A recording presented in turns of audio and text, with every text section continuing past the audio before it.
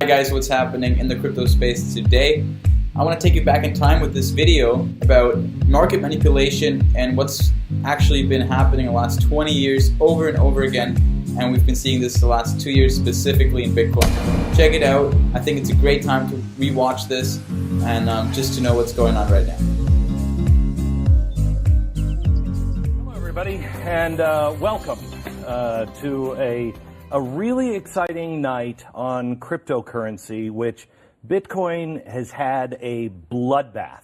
And we're in the middle of something that is, if you are an investor like I am, a little nerve-wracking. This tonight is to show you some information that I think is pretty shocking and may actually, in the end, transform your life. Right. Remember, there were two things that I said that were going to take the market higher. One was the technical action, and the second was there are a couple of things happening in Bitcoin that people are not familiar with. And we have to get to that. Okay. Let's show a couple of things here.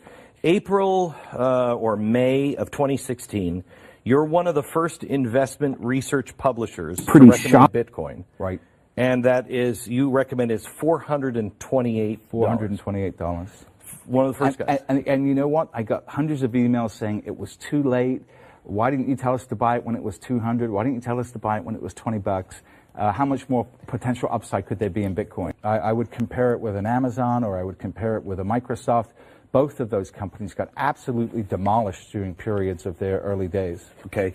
Ethereum. Mm-hmm. You're the first person to seriously, you were just talking about that. Right, to actually write a proper, well-researched report on it, correct. If you would have put $500 in. Yes. This is an amazing stat.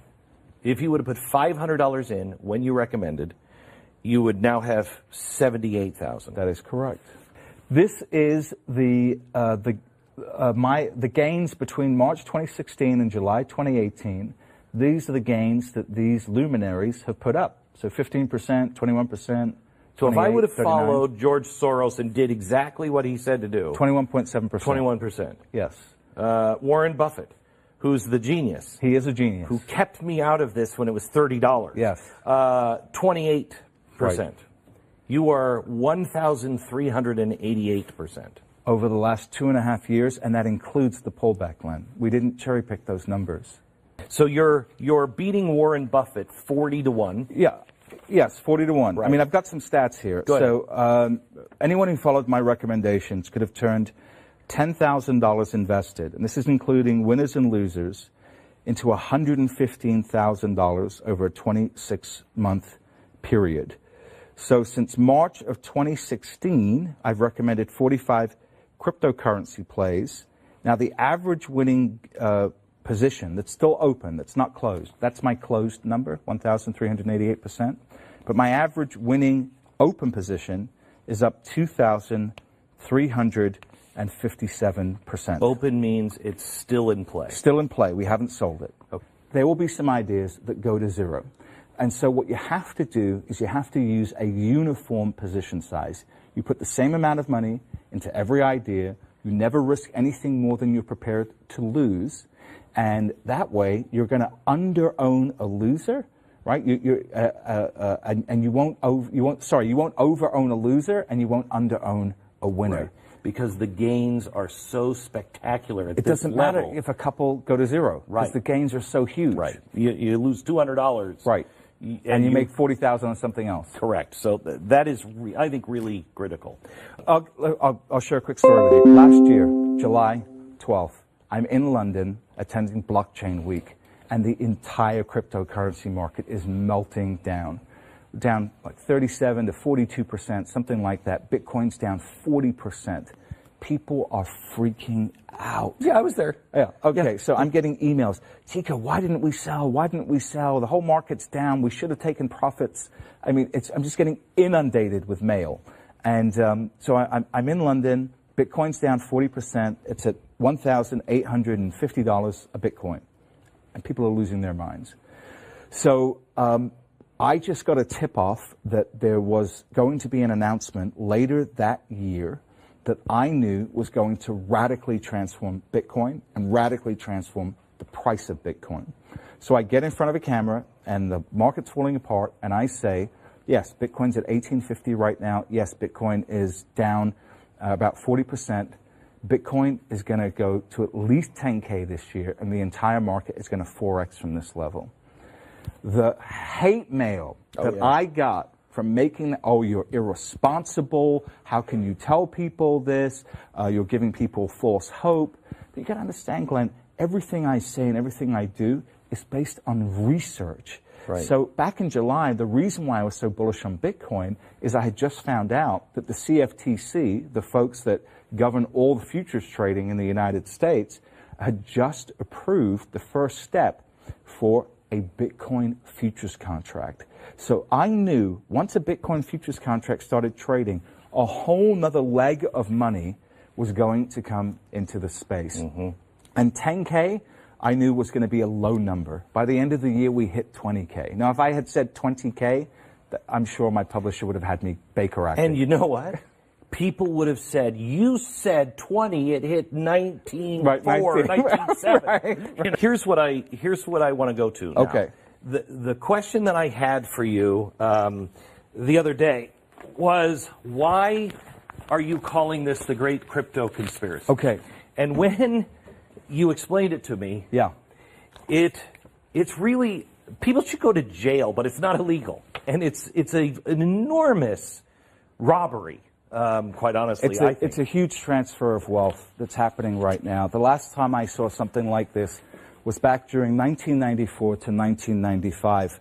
In the early to mid-90s, individuals were making just enormous amounts of money buying companies like Dell, AOL, Microsoft, Netscape, and some of these smaller internet stocks. And the institutions had completely missed that bull market. And so they were scoffing at these so-called lemmings. And so during 1994 to 1995, we had a bit of a bear market. And so, again, institutions were out saying that, oh, anybody buying internet stocks, you're idiotic. And so you had a lot of people selling their AOL, selling their Microsoft, selling their Dell shares.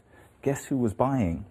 It was the institutions. If you look at a chart of institutional allocation to venture capital internet deals, it doubled between 1994 to 1995, which was exactly when institutions were saying, oh, this is just a market for idiots. Nobody should be buying this stuff. So they literally stole all this wealth that should have been in the hands of individuals that owned Dell, Microsoft, and AOL. And then from 1995 to 2000, of course, you know, we saw $5 trillion come into the market, and the biggest bull market we've ever seen. So this blueprint of creating fear in order to get cheap prices is nothing new. So and you know, this is how the rich get richer. Yes. They know, they're connected. A lot of times they're coordinating without the insider trading. This is not illegal to do. No, manipulating the news cycle, if you're smart about it, is they can get away with it. Nobody's ever been arrested for anything like this. So now, with crypto, I know personally, I know people that would have gotten in or stayed in if these people weren't saying what they're saying. Right, and so this has really been extremely egregious. So on September 12th, Jamie Dimon says Bitcoin is a fraud. He says he'll fire any one of his traders buying Bitcoin. Bitcoin drops 24%. When Jamie Dimon speaks, people listen. People listen. So that weekend, we found out that the largest buyer of a Bitcoin fund that's in Europe that buys physical Bitcoin, right? The largest buyer was Morgan Stanley and JP Morgan. And that's not illegal. He says it's a fraud. It says he'll fire anyone that buys it. Yes. And at the same time, his company is buying it. His company is buying it. So it's just, I mean, so unethical. Right. Okay, George Soros. George Soros, in January 24th, price was already down, calls Bitcoin a bubble, says Bitcoin is the worst, the worst investment in the world. Don't buy Bitcoin. Don't buy Bitcoin. Basically throws gasoline on the fire at this point. And then what do we find out? So he says bubble here. It drops 44%. Right. And then here in April, 2 months later, guess what we find out? Yeah. His $26 billion family office has approval to buy cryptocurrency. Right. And we only knew about it publicly here. And yeah. this is the kind of thing that George Soros is famous for this, talking the sterling down. Yeah. And what did he do? He stole the pensions of all the little people. Yeah, made $1 billion. Yeah. Okay. So then here now, Goldman Sachs, this, again, February 7th, most cryptocurrencies will crash to zero. Now, I remember when they said this in February, and I had, through my network, I knew that Goldman Sachs was setting up a crypto trading desk. Absolutely knew they were setting up a crypto trading desk. And I remember you telling me that. Right. And then, of course, they were denying it. No, we're not. No, we're not. No, we're not. Price falls down 27%. And then what do we find out? We find out here, they say BTC 0. And then we find out just before May, new trading desk. Not only that, they put $400 million to buy a cryptocurrency trading platform. Okay, so February 7th, it's all going to zero. May, we just spent $400 million just on a flyer. And they're not the only ones. No. So you have a lot of institutions that are coming. You had Christine Lagarde from the IMF come out. And this was, what's funny about this, Glenn, is it was all around the same time. It was almost like I can't prove collusion, but, you know, it walks like a duck, it quacks like a duck. And you know what? It's probably a duck. The people, they all hang out together, they all think alike. It doesn't have to be calling each other. Yeah. They know this game. Yes. So IMF, Christine Lagarde says in the first part of the year, says all central banks should band together against cryptocurrency. Right. Have you ever heard her say all banks should band together against illegal arms? No. Or illegal drugs? No. Or human trafficking? No. No. But this nascent asset class, we must all join arms against. What this did was play into people's heads that these guys are never going to let Bitcoin survive. Right. And so people thought, this is over. Selling. Yeah. One of the key lessons I learned from being involved in the market so long is rather than listening to what people are saying, look at what they are doing. Correct. So this is what we should look at, and this is what I want people to focus on now. Billionaire hedge fund manager Stephen Cohen, who's worth between $12 to $14 billion, by far the smartest hedge fund manager in the world, I would say of the last century, is buying Bitcoin. $6,800, buying Bitcoin. Mark Lazary, Avenue Capital Group, worth about $1.7 billion, has put 1% of his net worth into Bitcoin at around this price, $7,500. Andreessen Horowitz. Mark Andreessen. That's right, Mark Andreessen. An early investor in Airbnb, Skype, Facebook, just launched and Coinbase, just launched a $300 million fund. Wellington Capital, they have $1 trillion in assets, are starting to get involved in Bitcoin futures. Susquehanna, the 12th largest trading firm by volume, they now have their own Bitcoin custody department, their own trading department, and they're trading Bitcoin and Ethereum. Goldman Sachs, this new CEO, David Solomon, the most pro-Bitcoin / cryptocurrency guy on Wall Street. The most pro Goldman Sachs. Goldman Sachs. He's the new CEO. He's coming into power shortly. BlackRock, this announcement just came out, the world's biggest asset manager. Now, last year, Larry Fink says, oh, you know what cryptocurrency and Bitcoin's good for? Money laundering and drug dealers. Right? So again, if you look at what he's saying, you're going to sell your Bitcoin, right? You're going to say, oh, this is all BS. But guess what is happening now? They're going to launch an ETF.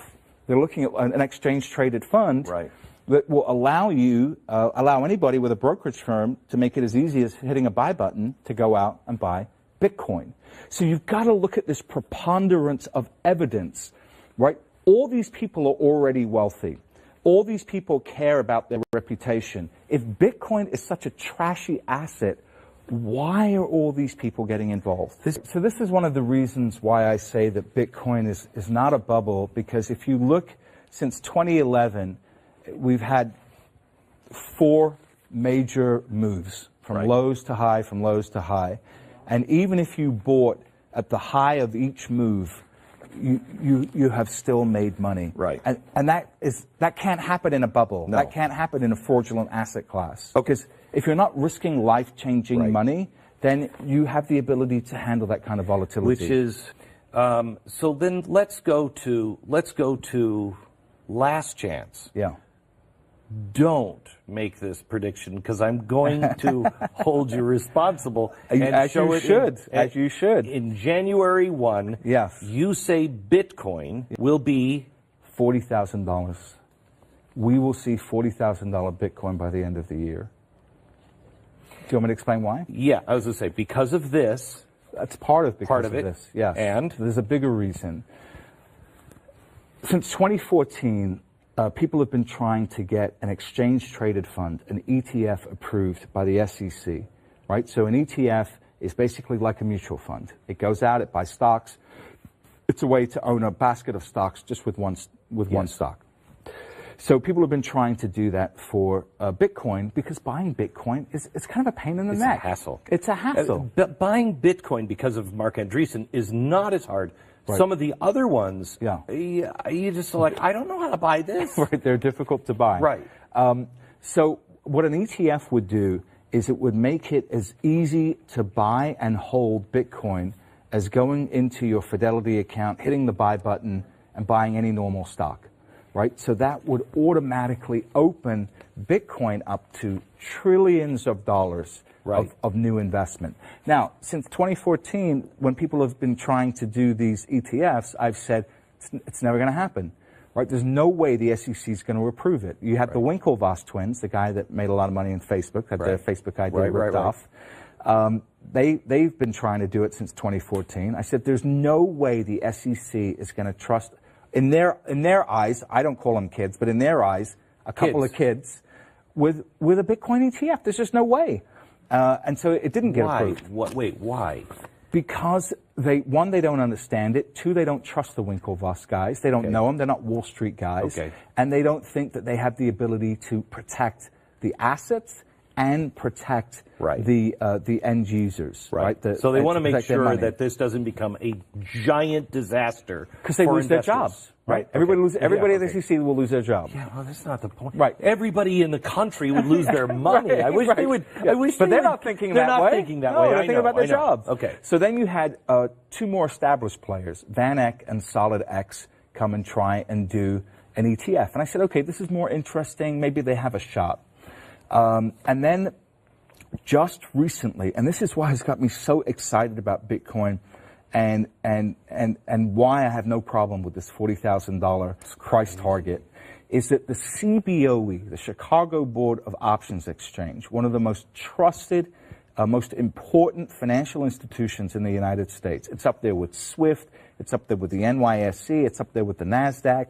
Right? They do more derivatives trading there than anywhere else. They're the largest options trading clearinghouse in the world. They came in and they said, we will provide insurance for this ETF. And that is huge. So if it gets hacked, if there's fraud, if somebody loses the key, anything happens that could potentially impact the value of the cryptocurrency held, or the security of the cryptocurrency held there, they have insurance to cover it. So now it's the big boys at the table. It's the adults. It's the adults. They're not going to let the kids. Yeah, I don't mean it that way. Yeah, but this is the way they view it. That's the way they're thinking. Listen, I have the highest respect for the Winklevoss twins. But this is the way that they view it. The CBOE and the SEC, they speak the same language. Yes. They're all the same people, right? They all know each other. They all go to the same places. Right. So the fact now that the CBO has put their stamp of approval on this, and I've never said this, unequivocally means that this ETF is going to get approved. Unequivocally. By the end of this year, RSK and Lightning Network are going to start to propagate across the network. Yeah, so here's to think about it. It's the functional equivalent of going from a dial-up modem to broadband in a year. Wow. Right? Think about what that did to the internet, how it completely changed the internet, how much value was created when you were able to do that. And so that's what's happening with the Bitcoin network.